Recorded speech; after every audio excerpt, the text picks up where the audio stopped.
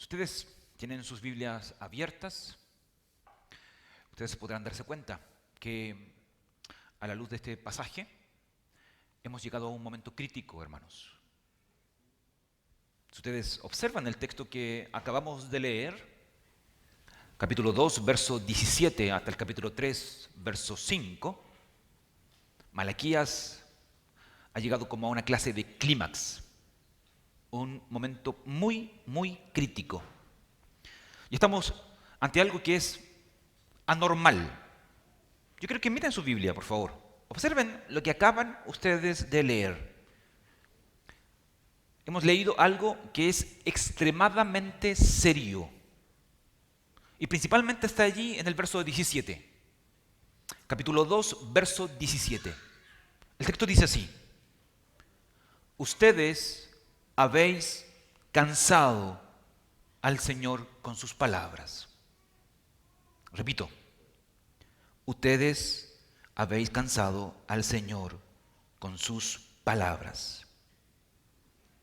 De todos los comentaristas que yo leo al momento de preparar un sermón, ninguno de los que pude considerar esta semana tomó esta palabra diciéndome de que era una clase de antropomorfismo, que es la idea de tomar un atributo humano y traducirlo a un sentido divino, con el fin de tal vez minimizar o suavizar quizás esta expresión de cansancio. Ningún comentarista se atrevió a hacer algo así. Lo que ustedes miran en el versículo 17 es algo real, no es una figura. Según este pasaje, Dios se siente cansado. Aquí en Malaquías capítulo 2, verso 17. ¿Y por qué es tan chocante? ¿Por qué es tan inquietante este verso 17 en relación a la paciencia de Dios? Posiblemente la razón es porque ninguno de los atributos de Dios para ustedes, para mí, que nos consideramos personas pecadoras, ninguno de esos atributos o ninguno de los atributos que ustedes y yo más amamos al entender nuestra condición y que consideramos maravilloso, es esta idea de la paciencia de Dios. Todos ustedes y yo podemos dar testimonio de que Dios es paciente, de que Dios no nos paga conforme a nuestras obras, de que Él nos espera, de que Él no actúa de inmediato, siempre nos da oportunidades para arrepentirnos, siempre tenemos la chance de poder suplicar misericordia. Pero el verso 17 dice de que Dios está cansado. Y esto nos muestra que esta circunstancia del pueblo y Dios es extremadamente grave. ¿Y de qué está cansado Dios? Me imagino que no es necesario profundizar tanto en eso. Ustedes me han acompañado desde el capítulo 1 hasta acá y han podido observar cómo este pueblo se ha comportado con Dios. La manera en que este pueblo ha respondido de forma irreverente, sin valorar el amor de Dios, de forma que ustedes, al mirar solamente el texto, ustedes pueden darse cuenta cuáles son las muchas cosas, actitudes que cansa a Dios. Pero si miramos solamente el pasaje que nosotros estamos hoy día analizando, podemos mencionar algunas cosas. Podemos decir de que Dios está cansado del cinismo de este pueblo, de tergiversar la verdad de Dios. Noten ustedes que aquí este pueblo está haciendo una acusación en contra de Dios. Dios está cansado también de que el pueblo interprete a Dios de forma equivocada. El pueblo mira a Dios y observa que Él guarda silencio frente a ciertos acontecimientos. Y ellos dicen, Dios aprueba el mal. Dios no actúa y consideran de que Él es pasivo. El pueblo está interpretando a Dios, pero no a partir de su revelación, sino a partir de lo que ven, de lo que sienten, de lo que creen. Pero también hay algo que es profundamente irónico en este texto, y es que este pueblo critica a Dios de comportarse de manera injusta, cuando aquí los verdaderos injustos y que se han vestido de hipocresía y de religiosidad son este pueblo. Hablan y dicen de que Dios aprueba el mal. Capítulo 2, verso 17. Sin embargo, ellos practican el mal. Capítulo 3, versículo 5. Se visten de religiosidad, pero en la oscuridad Dios ve cómo ellos viven, las cosas que ellos aceptan y permiten. Nosotros la vez pasada observábamos en el capítulo 2, versículo 10, que este pueblo se traicionaba uno al otro.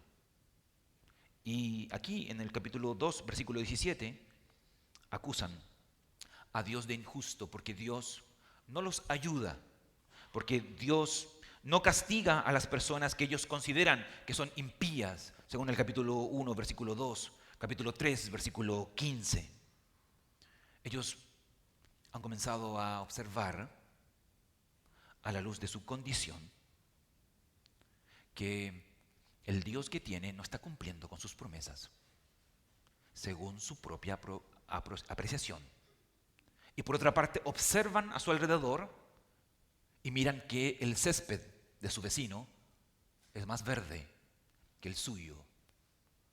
Y comienzan a quejarse. Esta es la situación de este texto. Y esto nos muestra a nosotros un estado crítico. Muy crítico. Porque el pueblo ha comenzado ya no simplemente a ser irreverente. Ellos se han atrevido a apuntar con su dedo a Dios. Lo han acusado. Lo han acusado de ser injusto por lo que ellos creen, por lo que ellos ven. Y eso involucra la acción de Dios. Este pueblo necesita ser purificado. Requiere ser pulido. Y el capítulo 3, si ustedes abren su Biblia, versículos 1 hasta el 5, es lo que ustedes van a observar. Dios va a actuar, va a purificar, va a pulir. Y el ejemplo de este antiguo fundidor de plata haciendo su trabajo es de gran belleza, podríamos nosotros decir, para nosotros. Y obviamente para este pueblo, para todo cristiano en general. Porque este ejemplo del pulidor de plata nos enseña a nosotros cómo este proceso que intenta Dios ilustrar, ¿no?, a través de estas expresiones en los versículos 1 al 5, pueden ser de mucho beneficio para nosotros. Este proceso de pulir involucra, para los conocedores, calentar por un tiempo un metal, hasta que éste se funde. Entonces la impureza del metal se levanta, porque esta impureza flota debido a que es más liviana que el mismo metal. Y el afinador lo que hace posteriormente es tomar un fuelle y saca la impureza de dicho metal. Y la belleza de la ilustración es que cuando el pulidor es una persona que hace su trabajo de manera consciente, lo hace bien y saca la impureza, el pulidor puede ver reflejado su rostro en dicho metal. Y posiblemente la ilustración busca mostrarnos lo que Dios está intentando hacer con su pueblo. Este pueblo hoy día no refleja la imagen de Dios. Este pueblo no muestra a las naciones el evangelio, el gobierno, la santidad de Dios, porque está lleno de impureza y Dios tendrá que pulirlo, Él tendrá que fundirlo para poder sacar dicha pureza y de esa manera su rostro sea reflejado a través de este metal. No obstante, el hecho de que este proceso de purificación involucra fuego, eso significa de que no va a ser un proceso agradable. Al contrario, va a ser un proceso doloroso. Va a ser un proceso destructivo. Va a generar sufrimiento. Va a generar confrontación. Pero Dios va a cumplir su propósito. Donde a través de ese proceso doloroso, a la luz de las Escrituras, comúnmente nuestro carácter y nuestra fe es pulida. Así la Escritura nos lo dice. Romanos capítulo 5 nos dice que nuestro carácter se fortalece a través de las dificultades y de los problemas. A través de los problemas y las dificultades, nuestra fe es fortalecida al punto de ser una fe que espera en el Señor, como nos dice 1 de Pedro.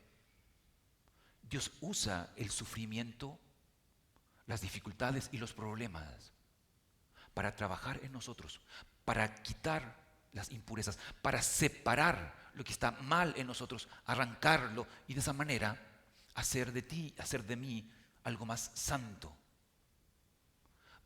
Para que tú y yo reflejemos su gloria. Y yo sé que eso no es agradable para ustedes, ni tampoco es para mí algo agradable.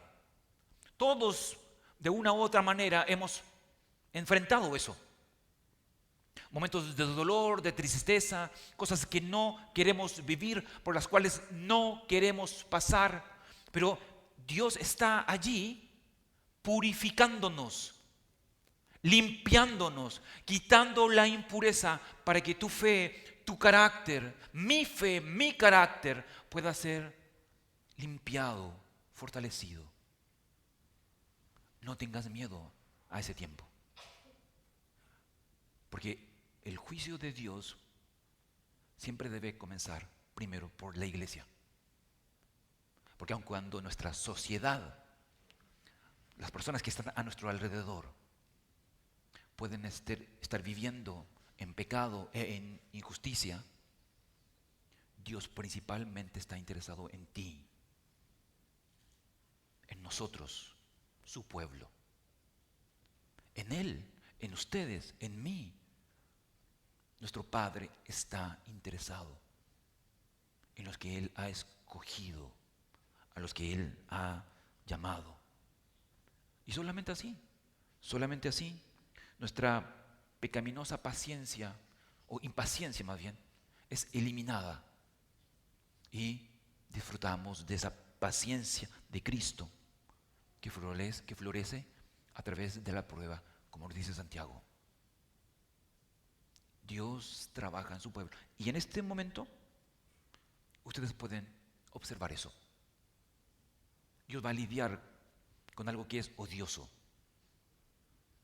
que es esta actitud cínica, de la cual este pueblo está obrando, actuando de una manera incoherente, hipócrita, que apunta con un dedo hacia Dios y se olvida que hay 3 dedos que apuntan hacia Él, que se fija en el tronco del prójimo, en la mota del prójimo, y no se da cuenta en el tronco que está en su propio ojo, que mira a su alrededor y que piensa, ¿por qué yo? ¿Por qué yo? Cuando la verdad, nosotros deberíamos preguntarnos, ¿por qué no? ¿Por qué no? Si tú y yo somos pecadores, tú y yo no somos el Señor de este mundo, no somos aquellos que dirigen este mundo, es Él. Y Él sabe lo que hace con sus criaturas. Él sabe cómo limpiar a su pueblo. Él sabe lo que es mejor para ti, lo que es mejor para mí, aun cuando no lo podamos entender en este momento. O incluso, aun cuando nunca lo podamos entender, como Job. Pero es allí donde debemos volver a esta verdad central. Tu Dios no está aquí. Tu Dios no está aquí. Tu Dios no está aquí tampoco. Tu Dios está aquí, en las Escrituras. Y es en ese Dios revelado en las Escrituras en quien tú y yo debemos confiar, aun cuando no lo podamos entender. Entonces,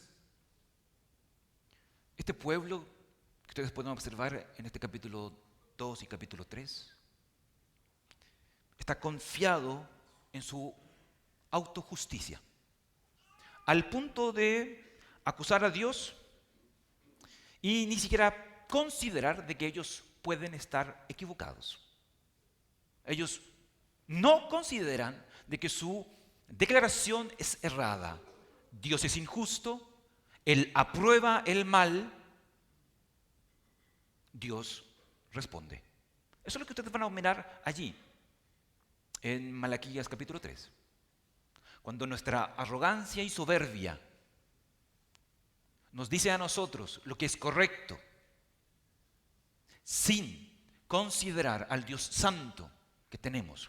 Cuando tú y yo cuestionamos los planes de Dios, sin entender que estamos hablando del Todopoderoso, cuando creemos que podemos aconsejar a Dios o culpar a Dios, no creas que Él guardará silencio.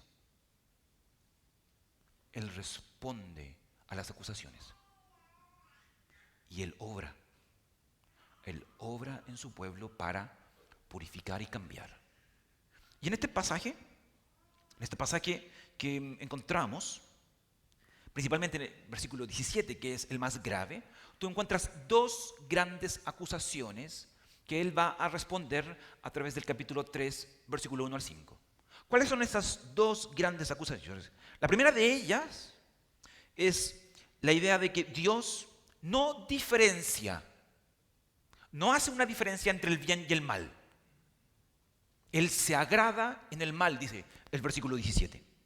Entonces, ellos acusan a Dios de no hacer diferencia entre el bien y el mal. ¿Y cómo responde Dios? Si tú miras el versículo 2, Dios responde diciendo: ¿así que tú crees que yo no hago diferencia entre el bien y el mal? Ok, yo voy a enviar a mi mensajero a purificar. Y te mostraré lo que es el bien en contraste con el mal.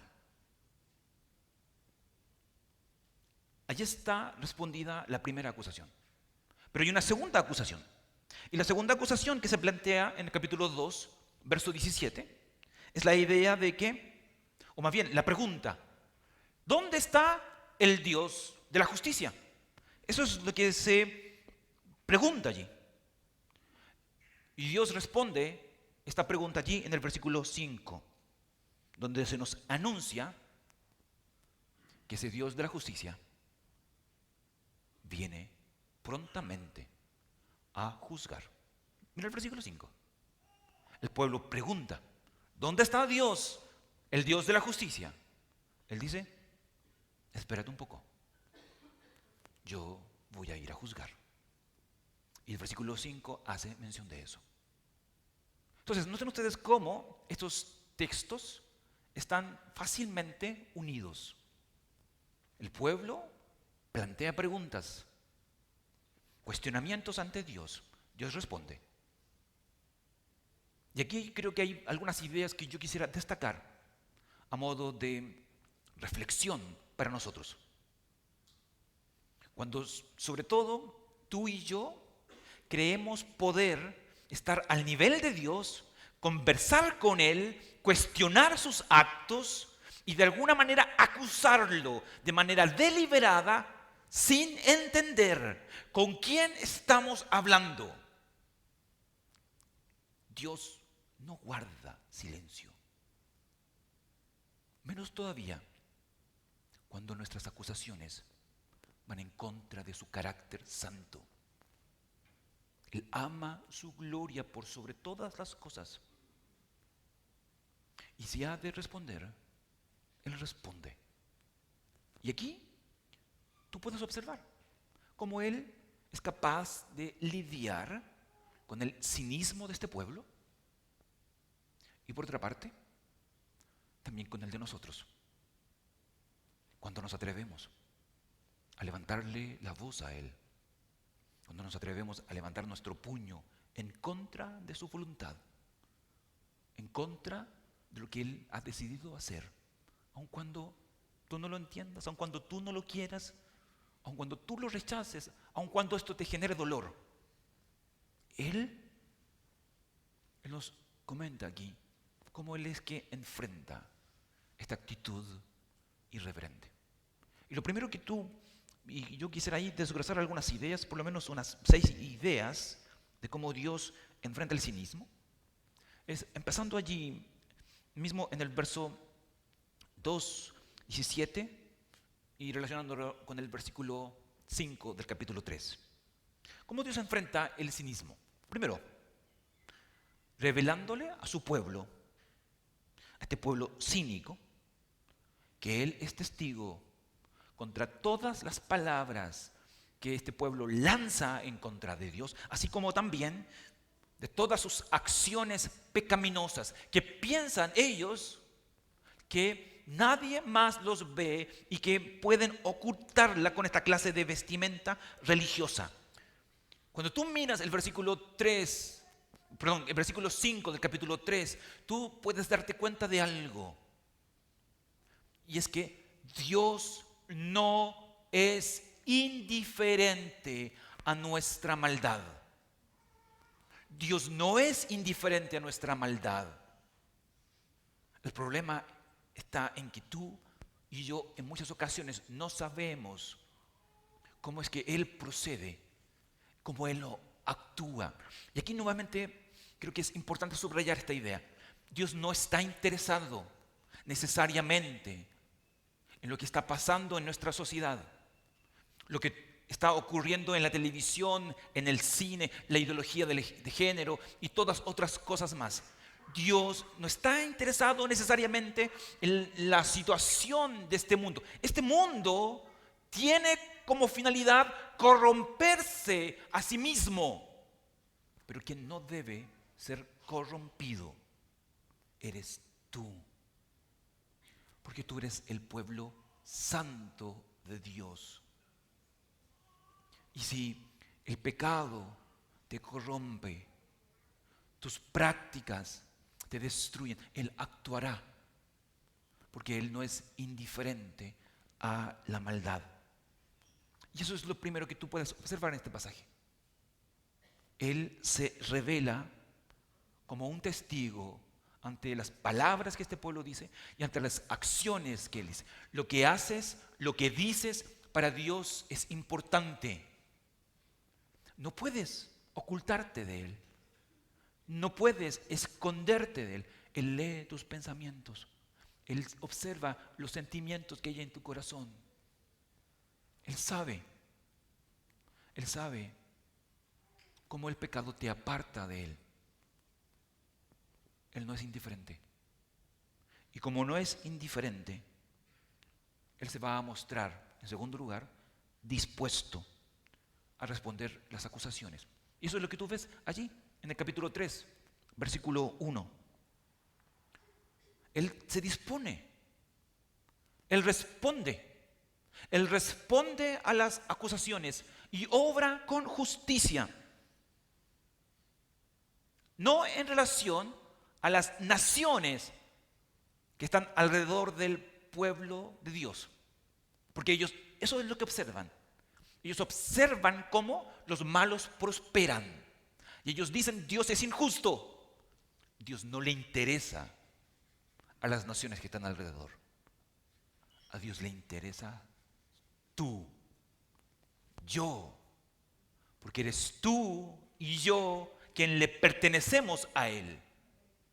Y por esa razón es que Dios en muchas ocasiones permitirá que la corrupción avance y la maldad crezca a nuestro alrededor. Pero no será indiferente a que dicha corrupción, maldad y pecado crezca en medio del pueblo de Dios. Y por eso es que Él actuará. Y Él lo hará principalmente en su pueblo. Él traerá juicio a nosotros. Y ese juicio no es algo agradable, pero sí es un acto de amor. Es un acto de amor. Y debes interpretarlo correctamente. Cuando sufres, cuando pasas por momentos difíciles de angustia, Dios no está odiándote. Cuando Él permite que tú pases por el fuego, Él no quiere destruirte. Él quiere purificarte. Él quiere limpiarte. Él quiere purificar, pulir tu fe, para que después de la prueba, Él te levante, te restaure y tú sigas siendo usado en sus manos. Yo sé que a ti no te gusta eso, a mí tampoco me gusta. A nadie de nosotros nos gusta ser disciplinados, como dice Hebreos. Pero Dios obra así, porque Él está empeñado en ti, en su pueblo, en nosotros.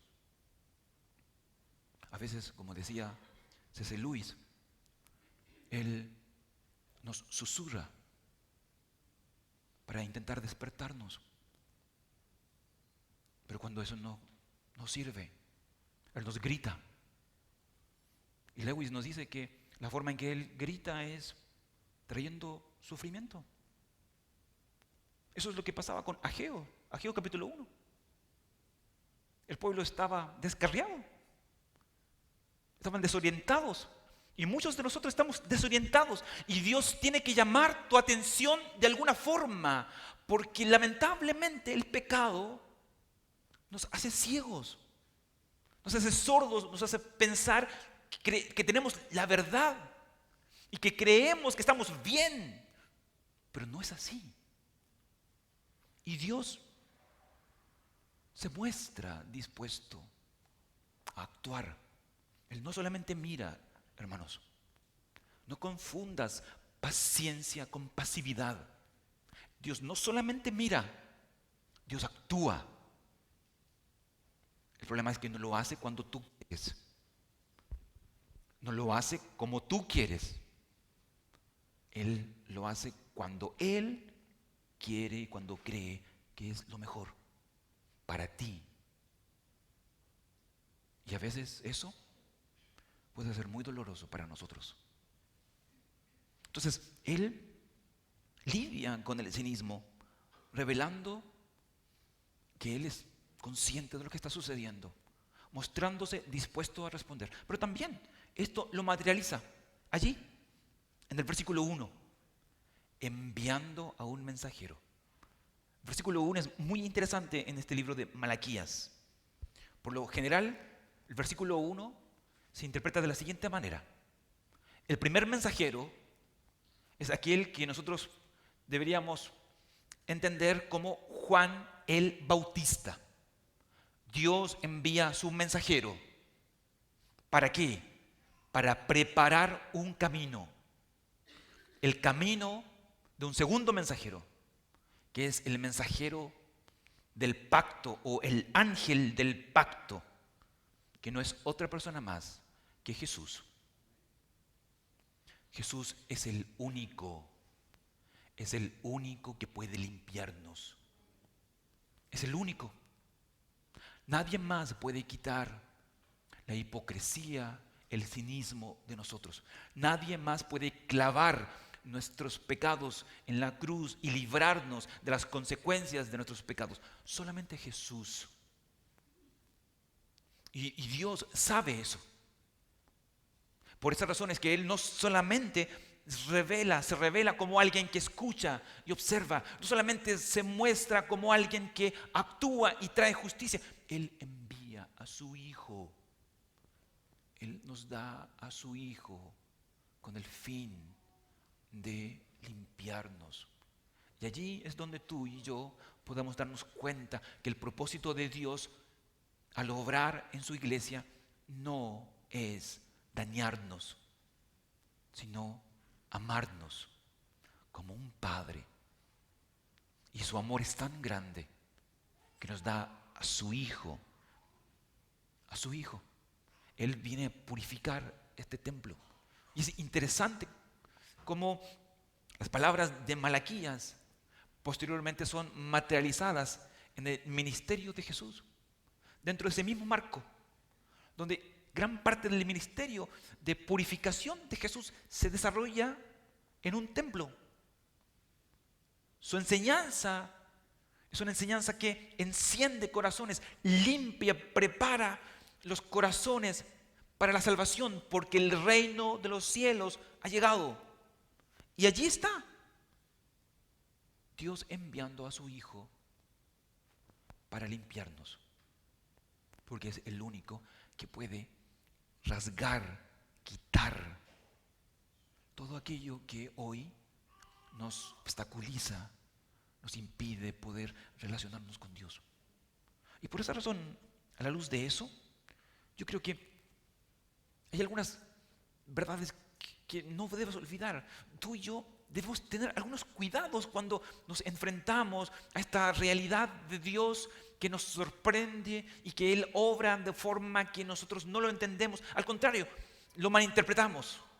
Nosotros debemos cuidarnos de ese tropiezo, de esa piedra de tropiezo del salmista allí en el Salmo 73, donde el salmista, a causa de ver la prosperidad de los impíos, él se siente defraudado, él se siente frustrado. Él ve cómo el malvado prospera y él, en lugar de prosperar, cada vez se siente más angustiado.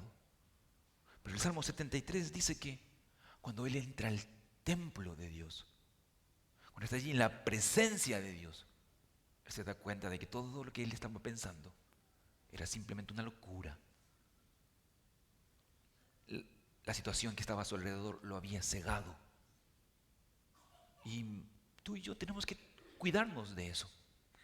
Cuidado de acusar a Dios de manera tan insolente, tan liviana. Hay un texto allí en Isaías 43, versículo 24, que dice de que a Dios santo, este Dios santo, le abruman y le genera angustia nuestros pecados. Porque Él es santo. Y Él no tiene relación con la maldad, con el pecado. Y cuando este pueblo acusa a Dios de injusto, Él lo que está haciendo, este pueblo, es haciendo del carácter de Dios algo, o más bien está tergiversando el carácter de Dios. Porque Dios no procede así, no obra así, no actúa así.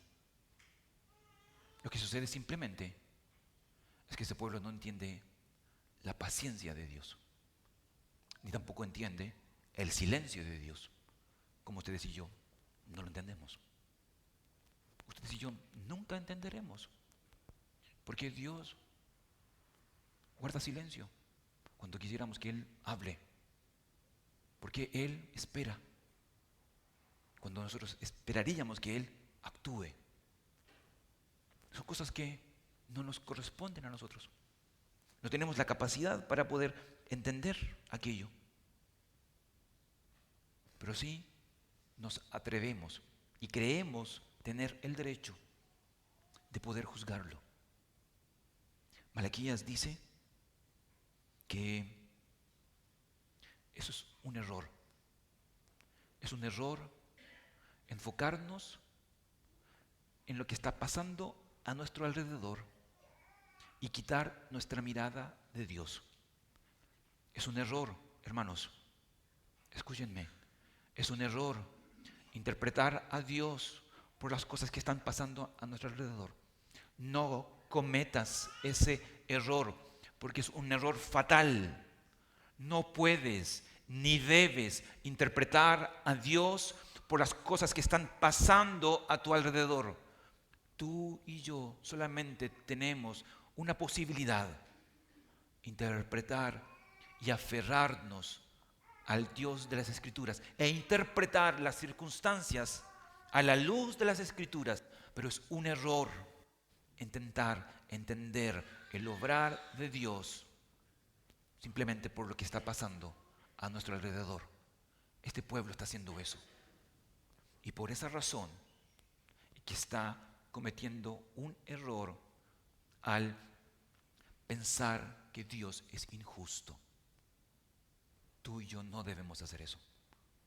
Al contrario, debemos interpretar a Dios a partir de su autorrevelación y entender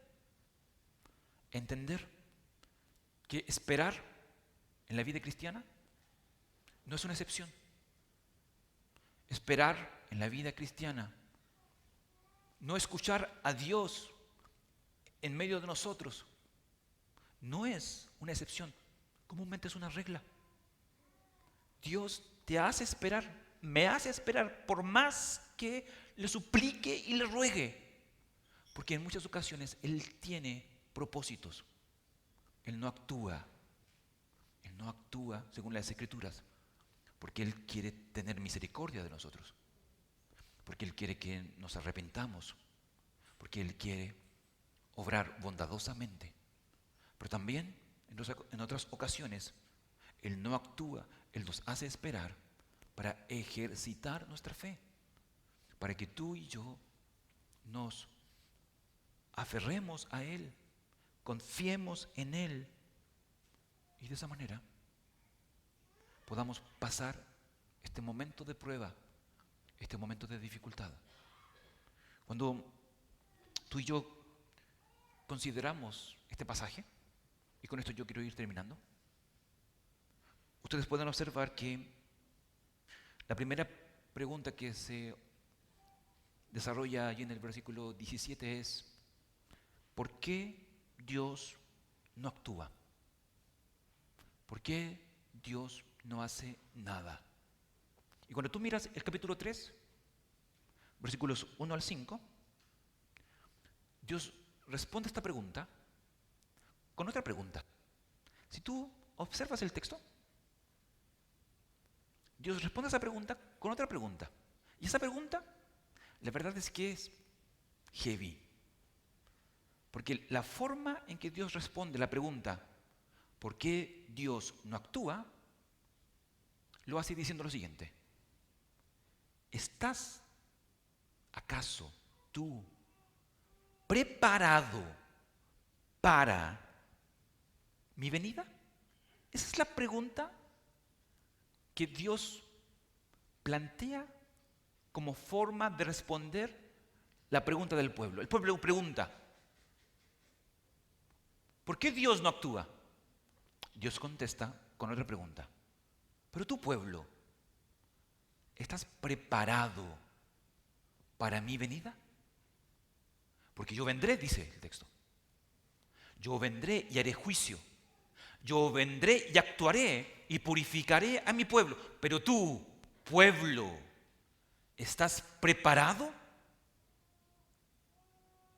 Yo sé que dentro del texto que nosotros hoy día leímos no está el verso 6.